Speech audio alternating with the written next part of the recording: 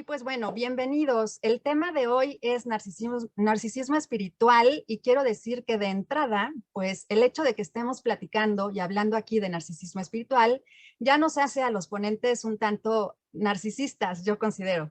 Entonces tengo un narcisista muy querido invitado aquí y también, bueno, ya lo presentaré, pero como a modo de introducción, quisiera platicarles un poco acerca del narcisismo y como que el principio es que todos tenemos un narcisismo que es orgánico, es un narcisismo que de naturaleza traemos y que la etapa en la que es más evidente es durante la infancia. Todos tenemos esa necesidad de ser reconocidos, de ser vistos, de ser tomados en cuenta. Y hay un narcisismo que es completamente orgánico.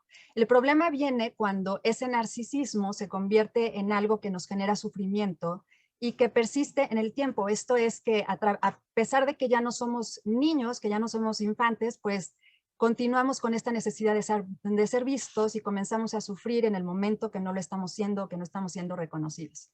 Pero bueno, no voy a tomar este tema solo para mí porque lo tengo que compartir. Es un tema que en mi mundo, en el mundo en el que yo en este momento estoy habitando, está de súper moda y es un tema muy importante que creo que puede ayudar mucho a aquellas personas que estamos en la búsqueda de un camino espiritual. Entonces, para aquello les voy a presentar a este gran invitado, amigo, colega, y miembro docente de AMPIDET, además, que da clase en nuestra formación. Él es Román Gonzalvo, es el presidente de la Asociación Transpersonal Iberoamericana.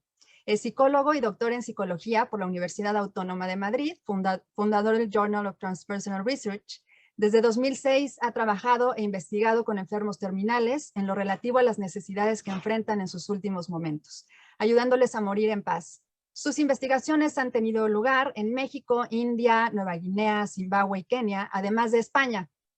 Él, por supuesto, pues está transmitiendo desde España, él es español.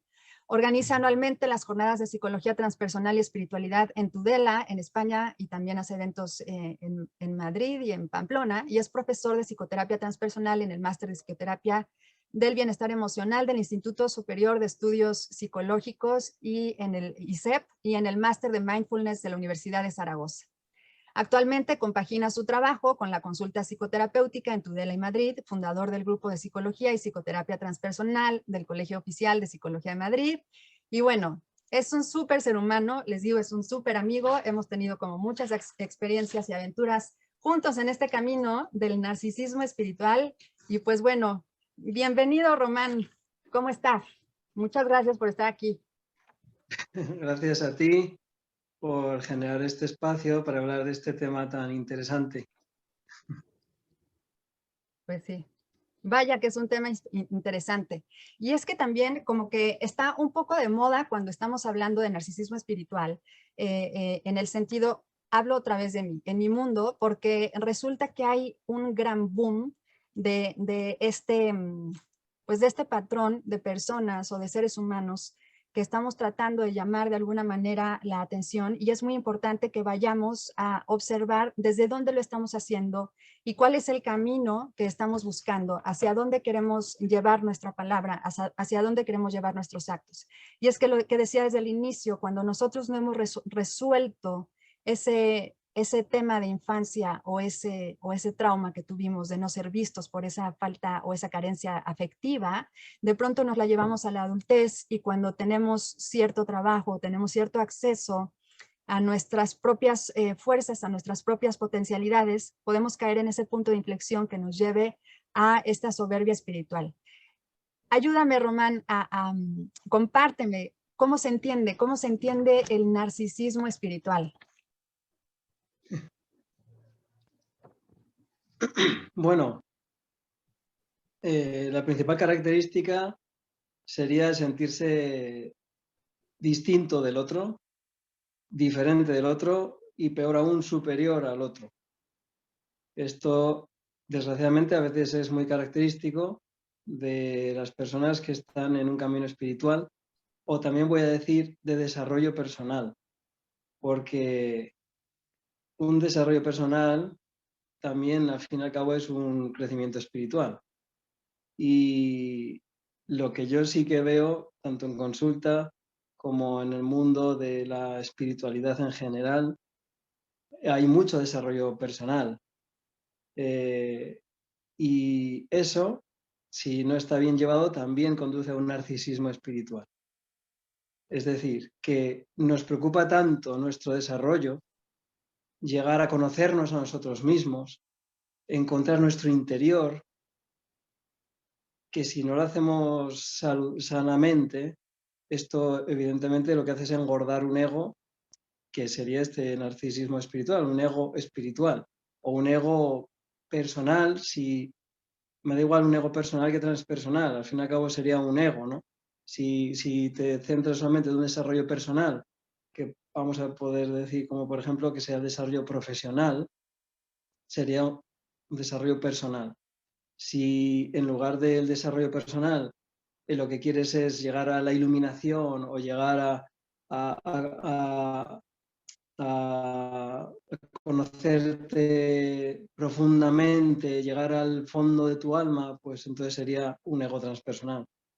Pero el interés por uno mismo tiene una línea muy fina entre lo que sería el encuentro con uno mismo, que al final, cuando realmente te encuentras contigo mismo, si llegas al fondo de ti mismo de verdad, te vas a dar cuenta de que tú eres el otro y tú eres todo lo demás. Y si realmente, y repito, realmente, llegas a conectar con esa unidad que eres con todas las cosas, entonces ese conocimiento interior, ese desarrollo espiritual o personal estaría bien encaminado. Pero desgraciadamente, o al menos es mi experiencia, tanto profesional, clínica, como personal, por lo que veo a mi alrededor, ese desarrollo personal, espiritual, suele conducir a una hinchazón del propio yo. Entonces, y eso se ve, o sea, hay síntomas, igual que en una enfermedad puedes ver síntomas que te hacen ver que esa persona no está bien, física o psicológicamente, también hay síntomas que te demuestran que esa persona que dice ser espiritual o que dice haberse encontrado a sí misma, realmente ni es espiritual realmente, ni se ha encontrado a sí misma en el fondo, sino que se ha encontrado un estrato más profundo, pero no en el estrato más profundo, que sería la esencia misma de todo ser humano, que es ser uno con todas las cosas. Y bueno, si quieres podemos hablar después de los síntomas. Sí, oye, y también, Román, pero es importante también, yo creo, para no porque yo tengo este diálogo, ese cruce de cables, con que en el momento que nosotros tratamos de categorizar o que tratamos de clasificar o taxonomizar, ya estamos cayendo un poco en esa parte rígida que no nos permite ser flexibles y no reconocernos narcisistas, porque en todo desarrollo transpersonal, en todo desarrollo espiritual, se pasa por un periodo de narcisismo. O sea, el viaje del héroe implica ese momento de lucha egoica o ese momento de posesión egoica en donde es importante también pasar por ese momento para poder llegar a ese estado de conciencia o a esa capa de la conciencia en donde te permite sentirte parte de todo. Pero al final, pues siempre somos vulnerables a recaer y a poder ensimismarnos, aislarnos, centrar todo lo que está sucediendo, porque parte del narcisismo espiritual también se mira en esta necedad de las personas por desarrollarse espiritualmente, ¿no? Yo quiero esas personas que se meten en cursos y en cosas para continuar en ese desarrollo. Ese también es, digo, ya vamos a hablar de los tipos de narcisismo espiritual, pero lo que me interesaría como también dejar claro es que cuando nosotros estamos en un proceso de desarrollo espiritual o transpersonal, pasamos por una etapa así medio macabra de narcisismo en donde hay que tener mucho cuidado de no sostenernos demasiado ahí, porque entonces es ahí donde se convierte en en ese problema social, incluso social, porque el narcisismo, al ser narcisismo, implica a otros, ¿no, Román? El narcisismo implica a uno mismo, ¿no? El Pero narcisismo tiene que viene haber de... quien lo mire, tiene que haber quien lo esté viendo, quien esté siendo testigo de esa presencia, ¿no? Puede ser Dios el que te mire. Quiero decir, Si tú mismo consideras que tu camino es visto por Dios, no necesitas a nadie más. Es decir, sería ese alter ego que eres tú misma viéndote a ti misma desde un externo a ti, ¿no? Pero eres tú. O sea, no necesitas que haya amigos, ni familia, ni compañeros de ningún tipo para verte. De hecho, el narcisismo viene del el mito, ¿no? La leyenda de Narciso. Narciso, que se ve Ujú. reflejado en el agua y se vio tan guapo y se vio tan precioso que se tiró a por él, ¿no? Y se ahogó. Pero al final se veía él a sí mismo, no había nadie más, era él solo, ¿no?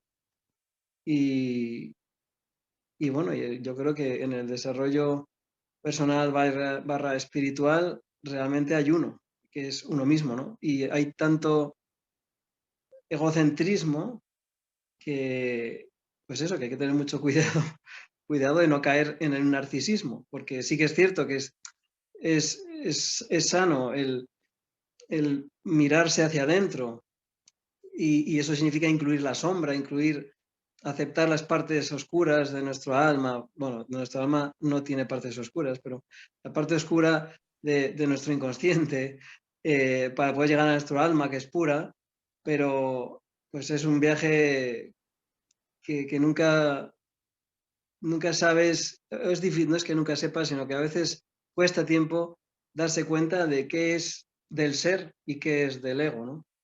Porque a veces puedes considerar que algo es del ser y realmente no lo es y es del ego. Y al revés, puedes considerar que algo es del ego y consideras que es del ego y realmente no es del ego y viene del ser. Entonces, hacerse diestro en conocer qué viene de un origen y qué viene de otro, pues es una tarea bastante ardua también.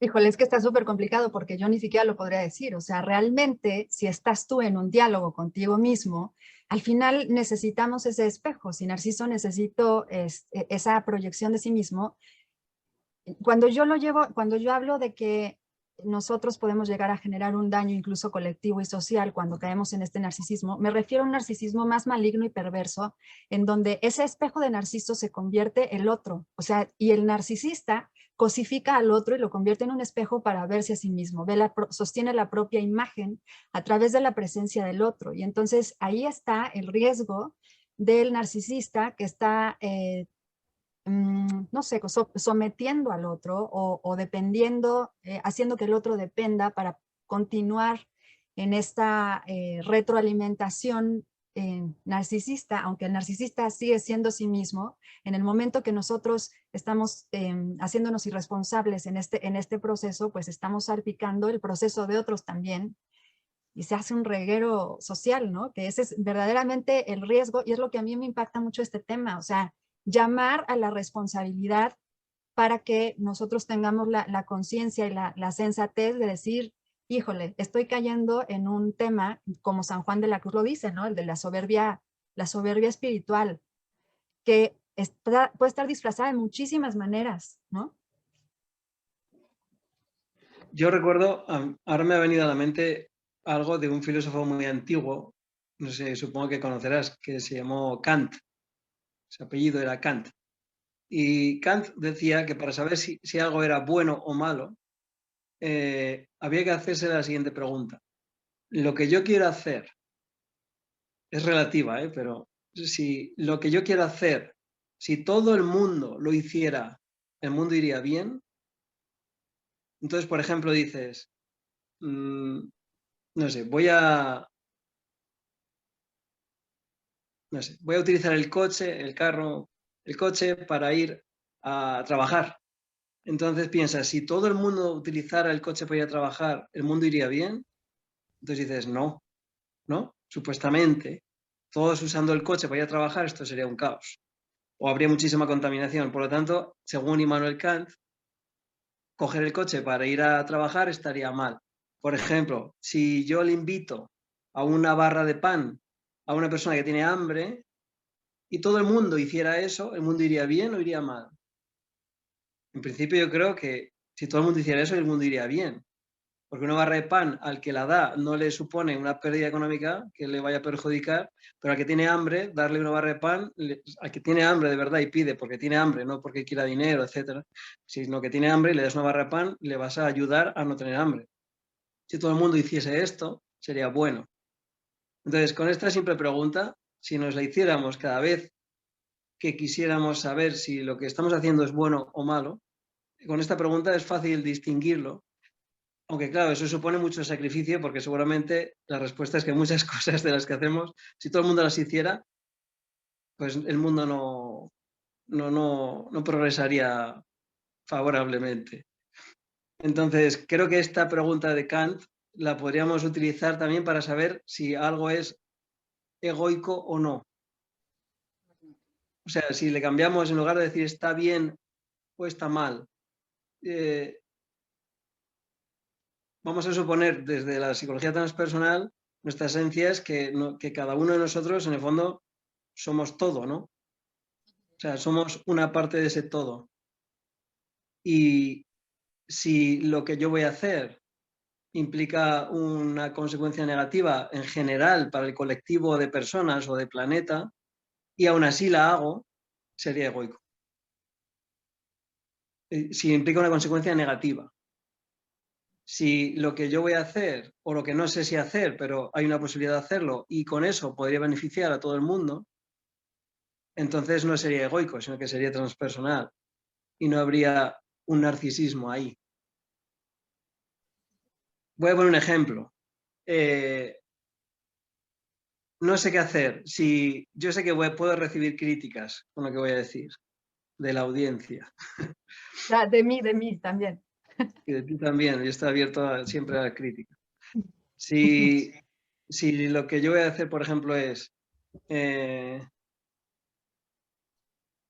tengo un amigo que me llama. Es que se puede volver relativo cualquier ejemplo, ¿no? Pero voy a ponerlo para que las críticas no sean muy duras. Busco un ejemplo adecuado y porque como es espontáneo no lo encuentro, pero bueno, voy allá. Tengo hijos y mi hijo quiere mi atención porque quiere jugar, pero yo tengo que estudiar inglés porque me he apuntado a un curso y quiero aprender inglés. Ahora la pregunta sería, si todos estudiáramos inglés cuando nuestro hijo nos demanda atención, ¿sería bueno para toda la humanidad? En principio, seguramente la idea que nos va a venir es o no sería bueno, porque el hijo que es pequeño y necesita la atención de los padres, si no se la damos, pues bueno, puede que criemos a un hijo donde no se le ha dado toda la atención que necesitaba. Por lo tanto, estudiar inglés sería algo egoico. ¿Por qué? Porque todo el mundo sabe inglés, yo no sé inglés, si no sé inglés no voy a encontrar trabajo, si no sé inglés no voy a poder viajar. O sea, para mí eso sería algo egoico, porque el ego quiere viajar, quiere saber más, quiere mejores trabajos, y no quiere, a pesar de que amas a tu hijo, no quieres perder ese tiempo porque ya estaré con mi hijo después. Yo sé las críticas que puedo recibir con esto y voy a devolver ya, entendiendo la crítica, voy a contestarla. Esto no tiene que ser siempre así, obviamente, porque si no tampoco podremos hacer nuestra propia vida. El hijo tiene su vida, nosotros la nuestra, el hijo necesita unas horas de atención, y se las he dado, y no puede ser, tampoco es sano para el niño, que le dé toda la atención que el niño demanda, porque tampoco va a ser sano, vamos a criar un hijo consentido. Entonces, tampoco sería bueno el darle todo el tiempo que el niño demande. Por eso habría que tener un criterio para saber si ya le he dado suficiente tiempo a mi hijo y ya es suficiente, ahora yo puedo ponerme a mis cosas, o si no le he dado suficiente tiempo a mi hijo, sé que debería darle más tiempo, pero es que ahora no me conviene porque tengo que estudiar inglés, ya se lo daré mañana. Entonces, al final es uno el que sabe, en el fondo uno siempre sabe si está haciendo bien o está haciendo mal. Pero con este ejemplo simple, creo que se puede entender cuando una actuación puede ser egoica y cuando no. Porque para mí, al menos, y ya termino. Para mí el ego es, o sea, o sea, el síntoma que hablé antes, para saber si estamos siendo narcisistas espirituales o no, es si yo en mi camino espiritual, si yo para hacer mi camino espiritual, va a haber gente que se queda por atrás, no es un verdadero camino espiritual. O sea, en el camino espiritual genuino se tiene la gente a mi alrededor, de alguna manera, tiene que verse beneficiada. O sea, todos tienen que estar mejor porque yo estoy creciendo espiritualmente. Pero si yo estoy creciendo espiritualmente y a mi alrededor creo malestar, no es un verdadero desarrollo espiritual. Es un desarrollo egoico o narcisista. Ay, bueno, pues es que yo veo como esta parte, ¿no? Es como si me parece que mi cerebro lo divide así un poco, como que el resultado o la consecuencia de si fue algo bueno o malo, el resultado me parece que es un tema más de ética que de narcisismo como tal, porque yo los dos ejemplos que has dado, los dos me parecen egoicos. Es como esta parte, no me acuerdo el autor, ¿no? Pero que habla, si le preguntaras al hijo de Buda, ¿qué opina de Buda? Él dice, para mí fue un padre que abandonó a su hijo, ¿no? Entonces estamos hablando de cuestiones como de ética. Para mí el ego y el narcisismo está en todo. El tema está en hasta qué punto está haciendo algo perverso, que ahí entra la parte ética en donde pudieras estar generándole un daño al otro y en qué punto estás utilizando tu narcisismo orgánico, natural, en favor de la humanidad. Por ejemplo, Gandhi tenía que ser narcisista para llamar la atención, para hacer todo lo que hizo.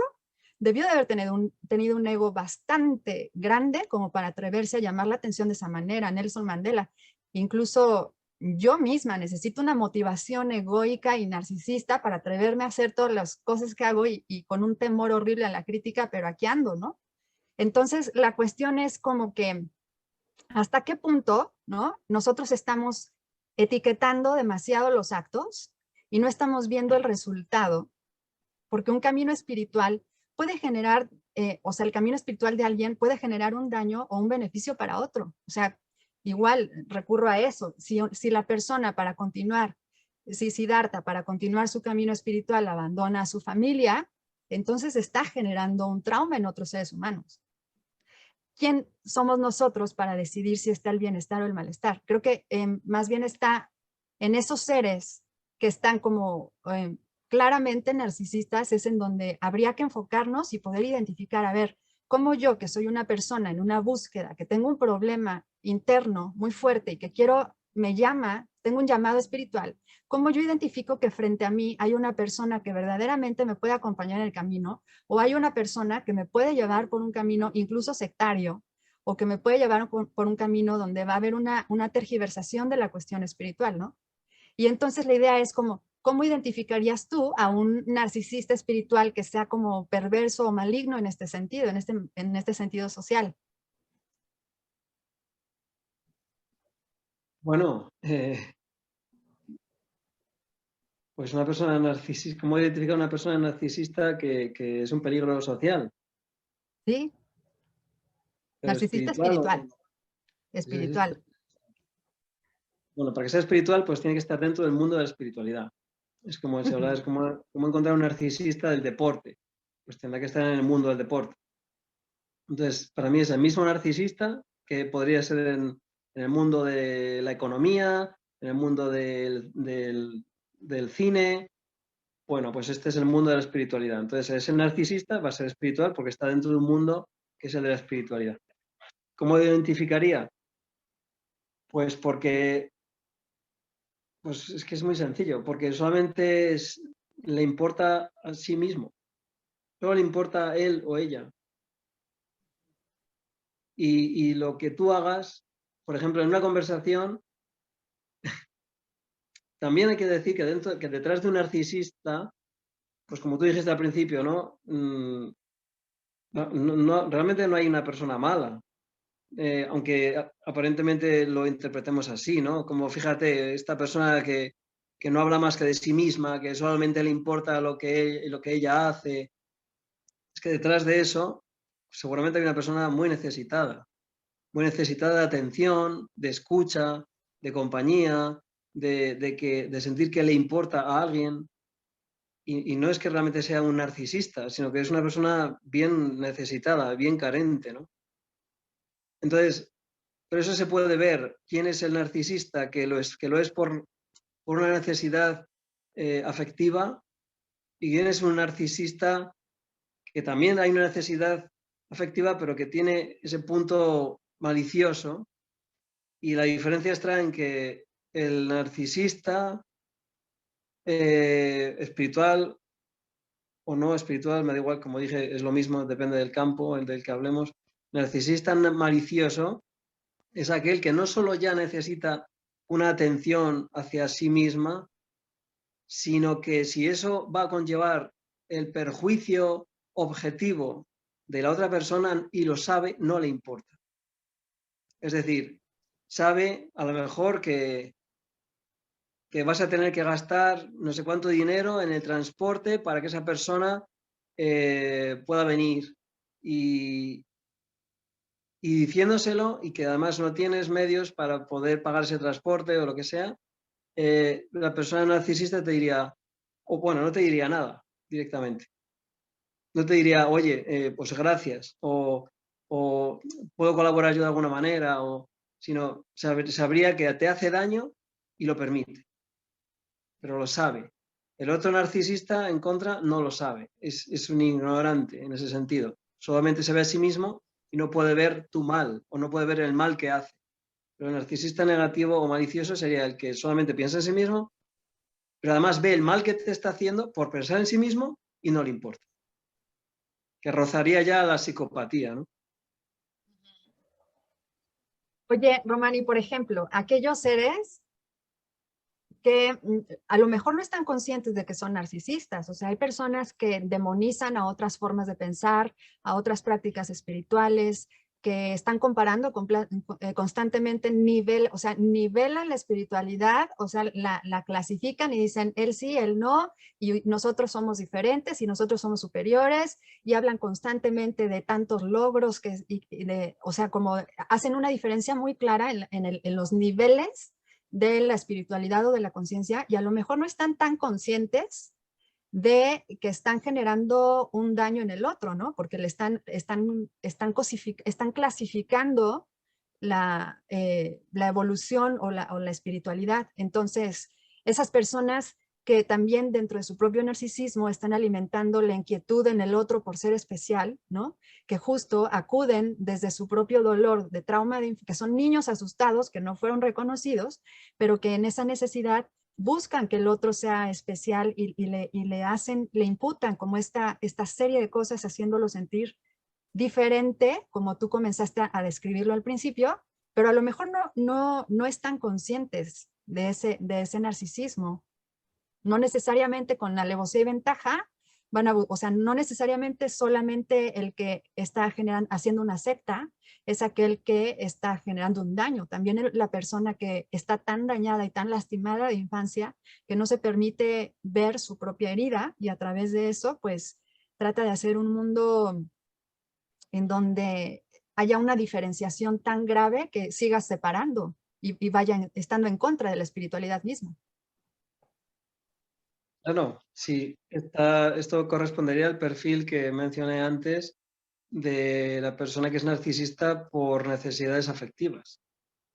Esta persona tendría perdón, digamos, ¿no? Su narcisismo sería un narcisismo comprensible porque tiene una necesidad que le lleva a ser el centro de atención o a mirar por sí misma para poder sobrevivir, porque a lo mejor anteriormente pues fue mal querida.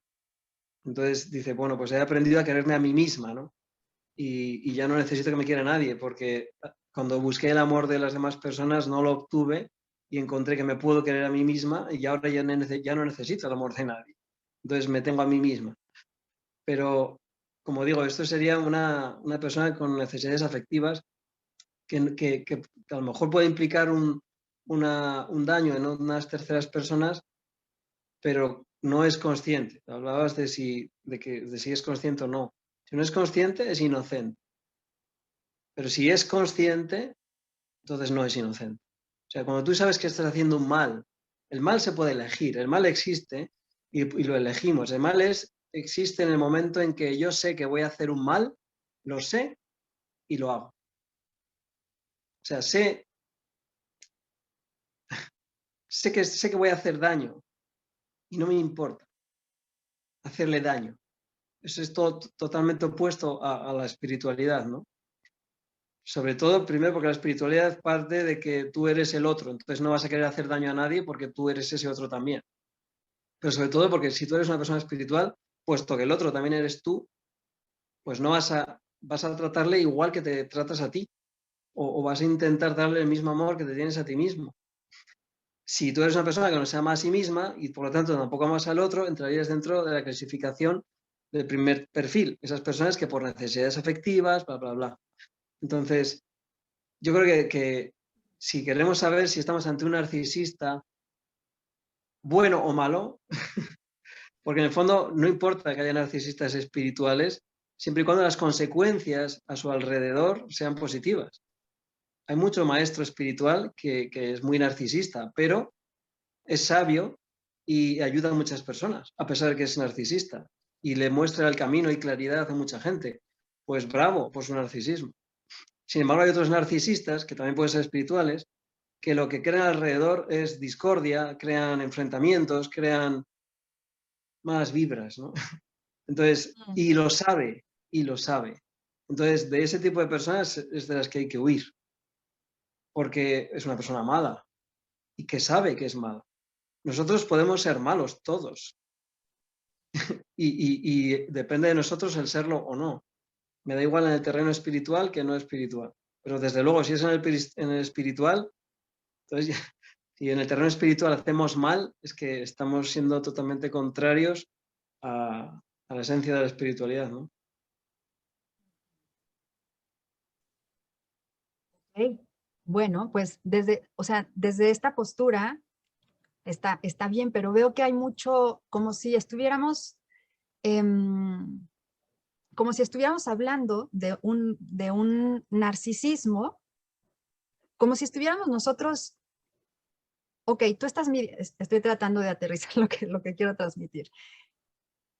Tú estás diciendo que nosotros tenemos la capacidad de juicio para determinar si un narcisista está siendo malo o bueno. Y eso se ve en las consecuencias o en el resultado que se genera en el otro. Pero pues, tenemos que no es solo ver la consecuencia negativa en nosotros, consecuencia de esa persona que es narcisista espiritual, sino habría que averiguar, habría que trascender vamos a suponer que somos víctimas de un narcisista espiritual. No, yo no creo que habría que quedarnos en el dolor que nos provoca ese narcisista espiritual, sino que habría que investigar si ese narcisista espiritual sabe que me está haciendo daño. Y si sabe que me está haciendo daño, entonces es un narcisista espiritual malicioso. Si no sabe que me está haciendo daño y yo solo muestro y entonces pone remedio a eso, es un narcisista espiritual sano. Ok, ok. Bueno, entonces, bueno, eso me hace pensar que hay en esta figura del narcisista espiritual se acomoda en la figura del Salvador, ¿no? Que eso pasa mucho en los terapeutas. Hay que estar como, o sea, esto me lleva a pensar que aún hay que reafirmar todavía más la importancia del trabajo interior para darse cuenta en qué narcisismo estamos cayendo, ¿no? Desde dónde estamos reaccionando con el otro. O sea, si estamos reaccionando desde esa carencia afectiva tan profunda que nos hace darle al otro la responsabilidad de darnos ese afecto que no recibimos a través de su atención, o si lo estamos haciendo desde la inspiración orgánica, por el compartir desde el gozo de la vida, que es orgánico y que te enamoras de la vida y te enamoras de ti y quieres compartirlo simplemente, ¿no? O también esos narcisistas espirituales que se convierten como en predicadores, que, o sea, son como muy enfocados en lo que está bien, lo que está mal, en el dogma, en la conducta, que eso los vemos mucho en las religiones, por ejemplo, vemos esos narcisistas espirituales en la religión, o estos también narcisistas que buscan esta parte del sacrificio a través de la abnegación, como también seguidores de religiones, que a través de la postración y la abnegación y el sacrificio, entonces caen en este gran engaño egoico. También los narcisistas seductores, aquellos que buscan a través de la palabra obtener ese cierto placer o esa cierto admiración o idealización, autoidealización. Y bueno, hay muchísimos tipos de narcisistas espirituales que o sea, no es que soy súper máquina, los estoy leyendo aquí, ¿no? Un poco los que están categorizados un poco en esta bibliografía que tú mismo me recomendaste de Maribel Rodríguez, Más allá del narcisismo espiritual, si pueden léalo. Te ayuda mucho a entender cuáles son como las posturas y las características de un narcisista espiritual cuando tú te encuentras ahí, porque incluso hay narcisistas espirituales que son visionarios, ¿no? Que tienen una visión buena, pero que también su visión es una realidad de un mundo superior, de un mundo mejor al de todos, ¿no? Y entonces hay que tener mucho cuidado en dónde, porque este tipo de visiones son las que eventualmente nos van llevando a un sistema de creencias limitante que sale contraproducente para un proceso de desarrollo transpersonal o un proceso espiritual, ¿no? Muy bien. Muy, palomita. Sí, bueno, yo considero que, a ver, pues como decías al principio, el ego se tiene que formar. Desde que nacemos sin ego. Y bueno, y se puede ver en la mirada de un bebé, ¿no? Que la pura inocencia. Yo al menos cuando veo a los bebés, y nunca me he encontrado uno donde le veo una mirada sucia o malintencionada. Todos los bebés tienen una mirada limpia, pero es limpia porque todavía no han empezado a vivir y la vida trae luces y sombras. Y la mirada limpia, la mirada limpia trabajada es esa que ha pasado por mucha suciedad y aún así sigue limpia. Porque lo normal es que todos nos ensuciemos un poco con el paso de los años, ¿no? Cuando nos van pasando consecuencias negativas, el ego busca su forma, sus mecanismos de defensa y lo difícil es mantener esa mirada limpia al cabo de los años, después de los golpes y de los golpes que hemos recibido a lo largo de la vida. Entonces, hay un ego desde infancia que necesita crearse y necesita, es como una planta, ¿no? Al principio necesita todo el agua para sí, va a intentar coger toda la tierra que pueda para sí porque lo necesita para crecer. O sea, un niño necesita toda la atención de sus padres, necesita todo, o sea, sobre todo la atención, ¿no? Pero también del maestro y de los amigos y quiere todos los juguetes porque se tiene que formar a sí mismo, ¿no? Y cuando ese ego ya está formado, esto lo explica Michael Washburn en su libro de el ego y el fundamento dinámico. Entonces, llega un punto en que el ego está formado y lo que tiene que hacer es trascenderse a sí mismo, ¿no? Y ahí ya, pues, tenemos que tener esa actitud de querer trascender nuestro propio ego. Y, como digo, para mí el narcisismo espiritual se puede evitar si tu interés está en el otro. Es que es tan sencillo como eso. Pero, desgraciadamente, toda la psicología está orientada a uno, casi toda, ¿no? Y la psicoterapia está orientada a uno, a mi dolor, a mi progreso, a mi desarrollo, a mí, yo. Eso es muchas veces la psicoterapia. Y yo considero que eso es, desgraciadamente, lo que fomenta un narcisismo espiritual. Pero si en lugar de la psicoterapia, para mí y mis problemas y mis bloqueos y mis inseguridades y si lo que hago es enfocarme en el otro, ¿cómo está el otro? ¿Está feliz esa otra persona? ¿Cuáles son sus bloqueos? cuáles son sus inseguridades. Y me preocupo por que el otro esté bien. Eso es el arma perfecta contra un narcisismo espiritual. Pero claro, no podemos olvidarnos de nosotros, porque si nos olvidamos de nosotros, al final vamos a acabar escupiéndole mierda al otro, porque nosotros estamos mal. Entonces, tiene que haber un equilibrio. Pero yo me atrevería a decir que ese equilibrio sano sería si el 40% es para ti y el 60% es para el otro. Maravilla sería que llegaran a consulta, ¿no? Las personas que dijeran, ¿qué te trae por acá? No, pues yo estoy perfecto, pero quiero ver cómo puedo aportar al mundo. Sería una cosa maravillosa.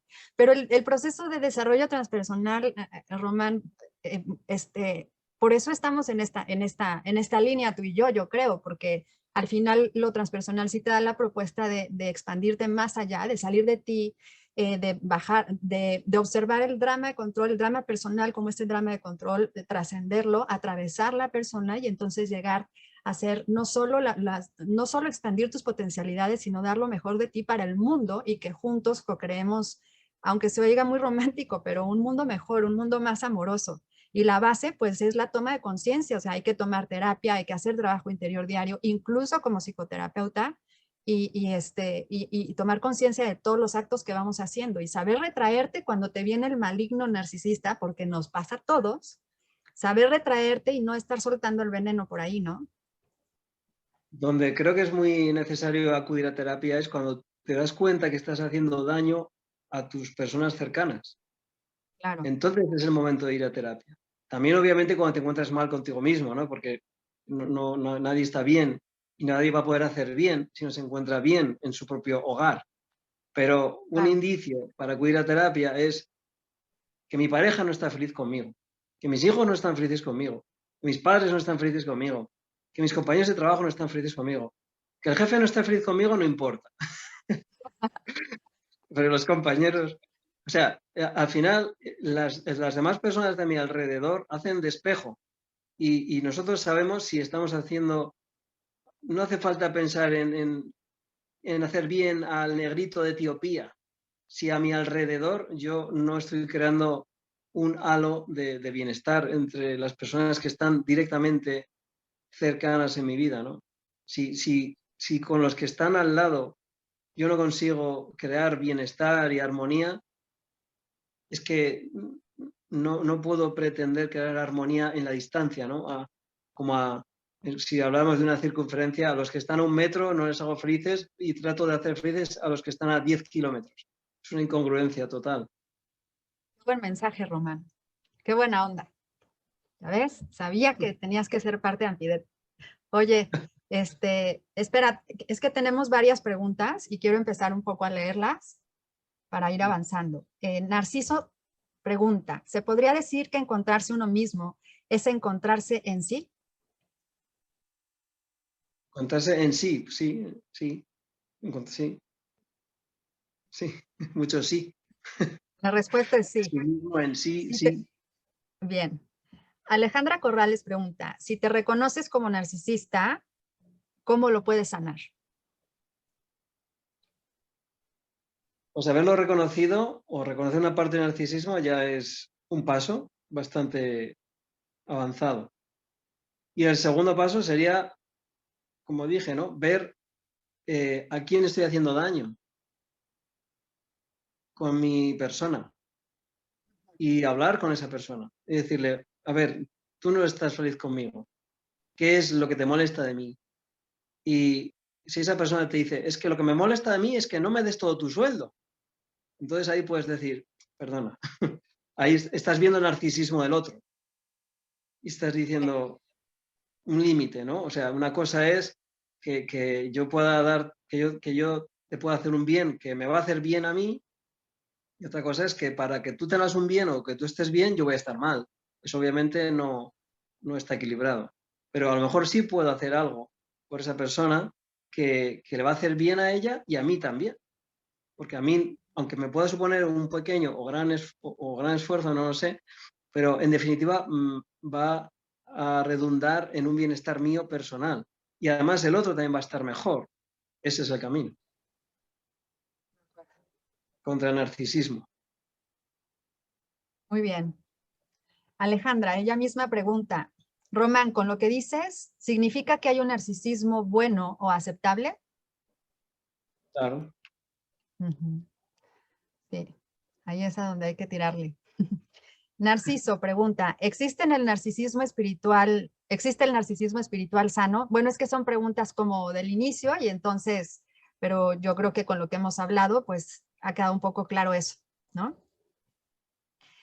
Vanessa Castaño, mi esposo hace un tiempo comenzó un camino espiritual, pero ahora lo que yo hago para él, todo lo que yo hago para él es malo. Bueno, yo recomendaría a Vanessa, ¿verdad? Sí, Recomendaría que buscasen un mediador, porque ahí, sin saber más que lo que me has contado, pues podría haber una ceguera por ambas partes. O sea, aunque ella crea, o sea, él obviamente no está viéndole correctamente a ella y puede ser que ella tampoco esté viendo correctamente a él. Entonces, si no han sabido desentaponar ese bloqueo, pues igual les vendría bien si son pareja, una terapia de pareja, o si no, un mediador que escuche las dos partes y que sea neutral. de acuerdo. Lies dice, ¿cómo se puede integrar todo esto en un solo individuo? Parecería que somos separados en mente, cuerpo y alma.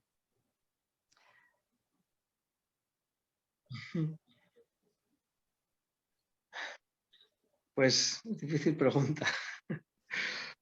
Sí, realmente somos una mente, un cuerpo y un alma que desgraciadamente se viven habitualmente de forma separada, aunque somos la misma cosa. Desgraciadamente lo vivimos de forma separada. ¿Cómo se puede aunar todo esto?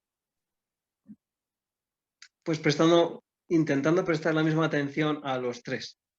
¿Qué dice mi cuerpo? ¿Cómo está mi cuerpo? ¿Tiene enfermedades? ¿Mi cuerpo está cansado? ¿Tiene dolores? ¿O está fuerte? ¿Está sano? ¿Cómo está el cuerpo? ¿No? La mente es una mente que me abruma, que me molesta, que me agobian los pensamientos, o es una mente que fluye como la cera, como la mantequilla, un aceite, ¿no? Que es una mente a mi servicio. Igual que tengo el coche, lo arranco y me lleva a donde quiero. El cuerpo, las piernas, los que tenemos piernas y nos llevan a donde quieren, a donde queremos nosotros, más bien, no a donde quieren ellos, digamos, tenemos el cuerpo a nuestro servicio. Pues la mente también está a nuestro servicio. El problema es que para muchas personas, desgraciadamente, la mente se ha apoderado de ellas y de ahí la ansiedad, la depresión, trastornos psicológicos y enfermedades mentales. Eso es cuando la mente se ha apoderado del ser, del individuo, ¿no? Entonces, si tú le prestas atención a esa parte corporal, a esa parte mental y la tienes a tu servicio, y a la parte espiritual, que sería pues el alimentar ese alma, y para alimentar el alma, pues se necesita silencio, se necesita conexión con la naturaleza, se necesita expresar el amor por las personas que nos rodean y por las cosas y animales que nos rodean también, o sea, vivir el amor y expresarlo, o sea, que las personas, cosas y animales puedan sentir nuestro amor, pues es una manera de, de cultivar la parte espiritual también. Con lecturas, haciendo el curso de Ampidet. Ahí, de una vez el anuncio. Es broma, pero bueno, también en serio. O sea, alimentar el alma es cualquier cosa, personas, lecturas, cursos, talleres, películas, cosas que te nutran el alma, que te nutran esa parte del ser que tú sabes que corresponde a tu ser. Pues hacer eso que te va a nutrir tu alma, ¿no? Justo abajo ella misma pone, empecé terapia porque yo no estaba bien conmigo y por ende con nadie. Pues sí, ese es el camino, Lies. Y la congruencia, ¿no? Abajo, no sé, no quiero faltar al respeto, no sé si se pronuncia así, se escribe Geos de Gante, pone, pero se supone que el verdadero narcisista nunca aceptará que lo es. Es una de las características, ¿no? Bueno, no lo sé si nunca lo reconocerá. Sí, en principio no, claro, porque es un ataque Ujú. al ego y el ego nunca va a querer verse criticado o verse como dañado, ¿no? Sino que si se siente especial y se siente espiritual, pues efectivamente nunca va a querer. Es contrario, ¿no? El narcisismo parece que es contrario a. Mi pregunta es cuál es la diferencia entre mente, espíritu y alma. Decía. Ahorita leemos esa. Sí, o sea, parece que es contrario, ¿no? Las palabras. Una persona espiritual no puede ser narcisista. Y es verdad. O sea, realmente, pero por lo que decíamos, porque narcisismo alude a un ego inflado y lo espiritual alude a una unidad vivida o encarnada. Entonces, en ese sentido, es como, en este sentido, un ejemplo sería que el narcisismo sería el cáncer, una célula cancerígena, y la espiritualidad sería la totalidad del organismo. Entonces, el narcisista va por su cuenta, solo piensa en sí mismo. Realmente el cáncer es eso. Y no me parece una casualidad que hoy en día la primera causa de muerte por enfermedades, primero es creo que es la parada cardiorrespiratoria o pulmonar, no sé bien, y la segunda es el cáncer. O sea, por enfermedades, o sea, el cáncer es si no es la primera, es la segunda enfermedad en el mundo que más muertes produce. Y curiosamente el cáncer es una célula de nuestro organismo que empieza a multiplicarse e ir por su cuenta, hacer su vida por su cuenta, independientemente sin tener en cuenta al resto del organismo al que pertenece, del que forma parte. Qué curioso que es esta la enfermedad que el ser humano está teniendo en estos momentos de la historia del planeta, donde nos estamos cargando el planeta, porque el ser humano está pensando únicamente en sus propios intereses, olvidándose del resto de animales, del resto de naturaleza, del resto de personas, en fin. Qué peligro. Qué reflexión. Mira, Narciso pone, maestra, disculpe, yo te pido la disculpa a ti, Narciso. Se Creo llama que Narciso. sí, se llama aparte Narciso. Pone, maestra, disculpe, creo que formuló mal la pregunta. La dejo nuevamente. Yo leí mal la primera pregunta. Decía, realmente lo que decía era, la pregunta de los sís, decía, ¿se podría decir que encontrarse a uno mismo es no encontrarse en sí? Encontrarse a uno mismo es no encontrarse en sí. Pues no sé bien qué quiere decir con esta pregunta o qué quiere. ¿Se la puede formular de otra manera? Muy bien. Bueno, sí. Mientras Me la parece formulas de un otra poco, o manera, sea, Narciso. sí, sí, ponlo tú, si nos puedes dar más información, Narciso, estaría excelente para que ampliemos la pregunta. Creo que te cacho un poco lo que quieres decir, pero me gustaría que que tú lo expongas. Mientras leemos la pregunta de Juana aquí en Zoom, dice, mi pregunta es, ¿cuál es la diferencia de mente, espíritu y alma?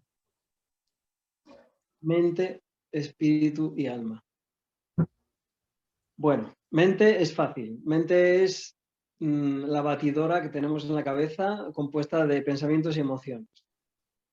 O sea, lo más sencillo para reconocer la mente es lo que tengo que hacer esta tarde. Y apuntamos en la agenda, a las 5 quedo con Marta, a las 6 me voy a yoga, a las 7 cine, a las 8 voy a mi madre.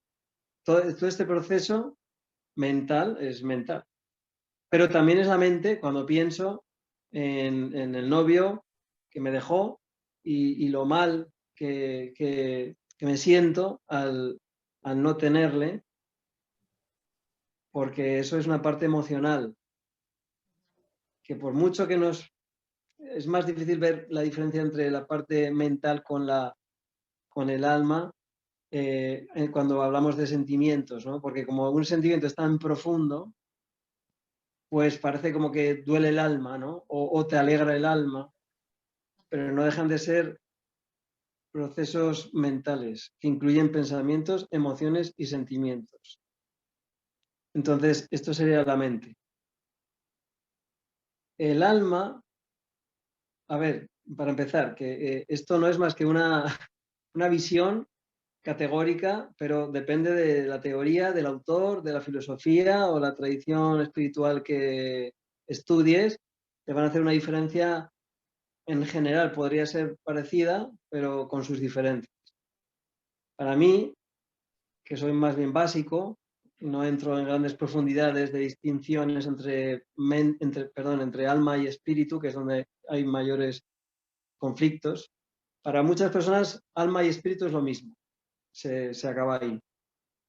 Pero si queremos buscar una diferencia entre alma y espíritu, pues el alma sería como la parte personal del espíritu. Lo voy a utilizar, para explicarlo voy a utilizar la teoría de las reencarnaciones. El alma sería aquella parte personal o individual que transmuta a través de las diferentes vidas. Es decir, si tú en esta vida puedes recordar una vida pasada, lo está recordando tu alma. O sea, tu alma es el hilo conductor entre todas las vidas. Y es un mismo alma que eres tú y no es otra persona o no es otra alma, es la tuya. Aunque has vivido en diferentes vidas y te has manifestado a través de diferentes personas, diferentes egos, pero tu alma es una, la misma, con las 5 vidas o 200 que has tenido. Y sin embargo el espíritu sería eso que es parte de la creación, parte del universo, parte de Dios, parte de, que no sé ni cómo explicarlo, ¿no? Es como si fuera la molécula de agua que compone el océano. Es una parte indivisible con todas las cosas. Y ahí ya no hay diferencia entre el alma de ti, de tu alma, con el alma de otra persona. Las dos están compuestas de vida, si queremos llamarlo así. Las dos tienen vida y en cuanto a que tienen vida, tienen la misma parte, son el mismo espíritu. O sea, la parte espiritual sería indiferenciada. El alma podría ser ya lo que crea una diferencia a nivel espiritual y la mente es la que crea una diferencia a nivel personal. De acuerdo. Me voy a ir rapidísimo con las otras preguntas porque ya estamos en tiempo, pero está buenísimo esto. Geos pone excelente reflexión, muchas gracias, está increíble la sesión, gracias por su experiencia a ambos. Narciso pone, sí, me refiero y con base a lo que comentaban desde el principio y que todo lo que podemos encontrar es una ilusión del ego, la forma de no encontrarme es la manera más cercana a encontrarme, solo que no lo estoy reconociendo porque no lo conozco y muchas veces nos da temor dejar de ser. Espero me dé a entender. Sí, aunque es compleja el planteamiento, pero sí se entiende. Sí se entiende y sí es por ahí, ¿no? Sí, o sea, realmente, claro, cuanto más te identificas con ese espíritu, ahora que hemos hablado de la diferencia entre alma y espíritu, cuanto más te identificas con tu espíritu o con tu ser más profundo, más transpersonal, más nada te vuelves. Entonces, pues claro, lo difícil es convertirse en nada. Igual que es difícil el wu wei, la no acción, también es muy difícil porque el ego siempre quiere estar activo, haciendo cosas y esta sociedad no fomenta para nada el camino hacia esa nada, porque lo que nos fomenta esta cultura es el todo. Puedes tener todo y queremos tener todo. Entonces, si Narciso, tú puedes hacer el camino del no encuentro contigo mismo, ahí efectivamente estarías acercándote más hacia tu ser más profundo. Pero claro, hay que hacerlo con mucho cuidado. Te recomendaría un acompañamiento porque te podrías volver loco. O sea, es como intentar matar al ego. No se puede, tampoco es sano porque vivimos en esta vida y necesitamos un ego, una mente para para vivir, igual que un cuerpo. Sin cuerpo en esta dimensión no podremos existir porque requiere una presencia física. También en esta forma de vida requiere una presencia psíquica, como seres humanos. Si fuéramos un caracol, pues también haría falta una presencia psíquica, pero supongo que mínima. Pero como seres humanos necesitamos una presencia psíquica importante. Entonces, andar el camino de la disolución del ego es complicado y siempre es bueno tener a alguien ahí que te esté acompañando para que esa negación de uno mismo sea sana. Muy bien. O'Neill, es que están buenísimas las preguntas, caray, y se nos ve el tiempo. Están pidiéndonos, dice O'Neill, hola a todos, ¿cuál es la diferencia entre el ego y la autoestima? ¿Cuál es el límite y cómo lo diferenciamos? Están muy unidos, el ego y la autoestima. Una persona con autoestima va a ser una persona que tiene ego, y al revés, una persona con ego también va a ser una persona que tiene autoestima.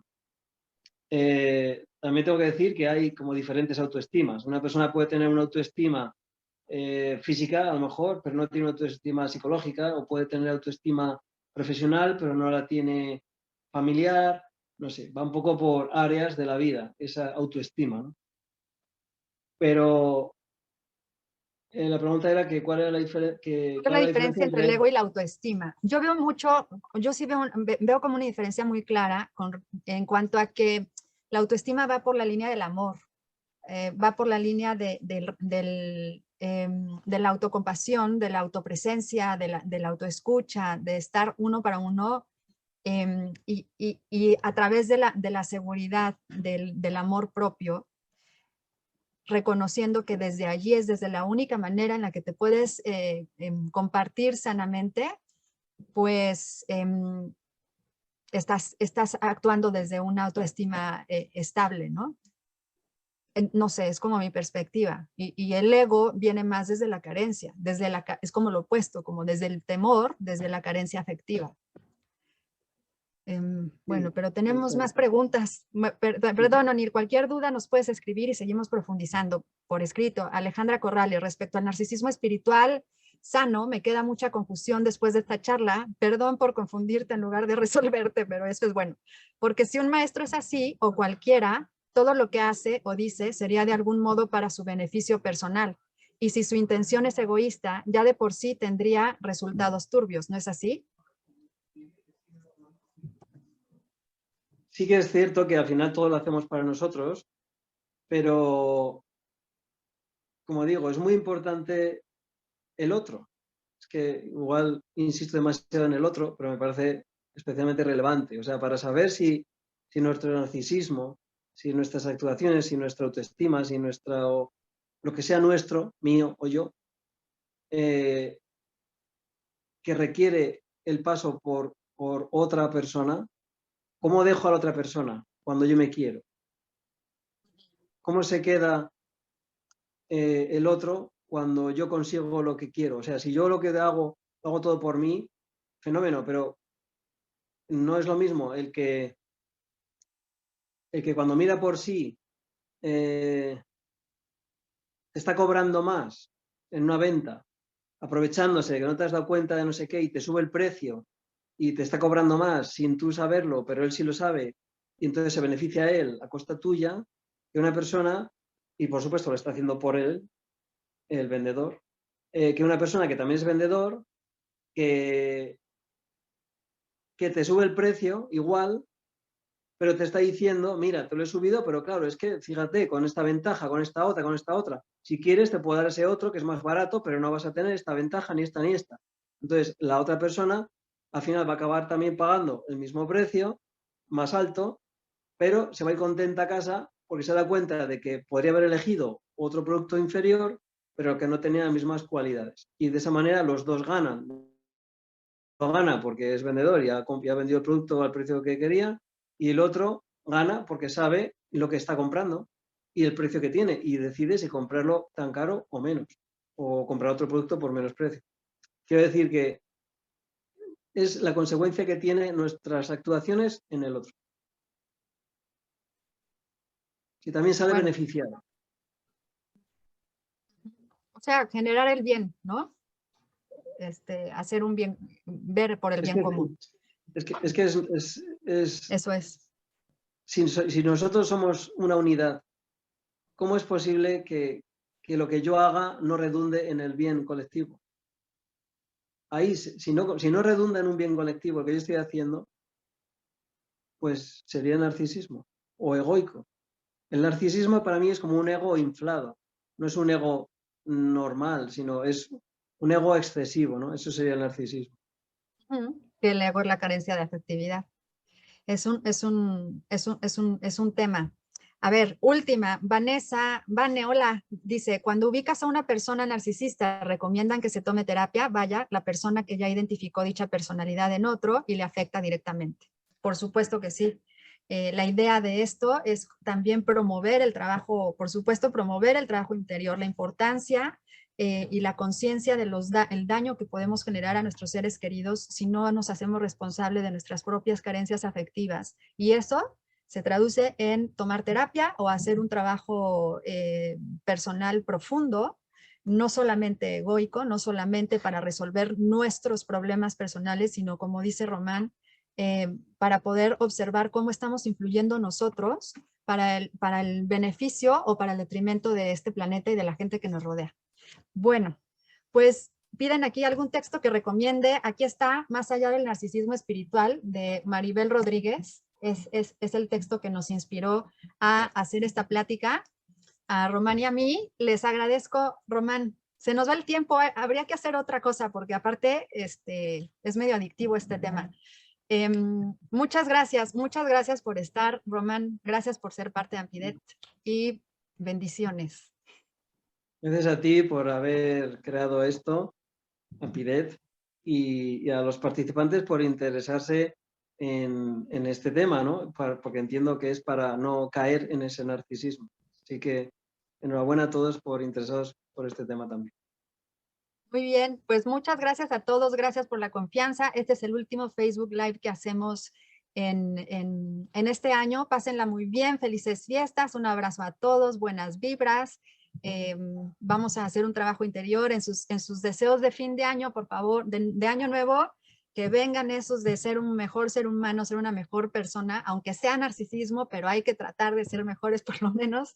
Cuídense mucho, un abrazo muy fuerte. Esta grabación va a estar también en nuestro canal de YouTube y cualquier duda nos pueden escribir. Gracias por la fidelidad en representación de todo el equipo de Ampidet que estamos atrás haciendo nuestro mejor esfuerzo por llegar a ustedes desde el corazón, pues les mandamos un abrazo muy grande. Gracias, gracias Román, un abrazo fuerte. Hasta luego.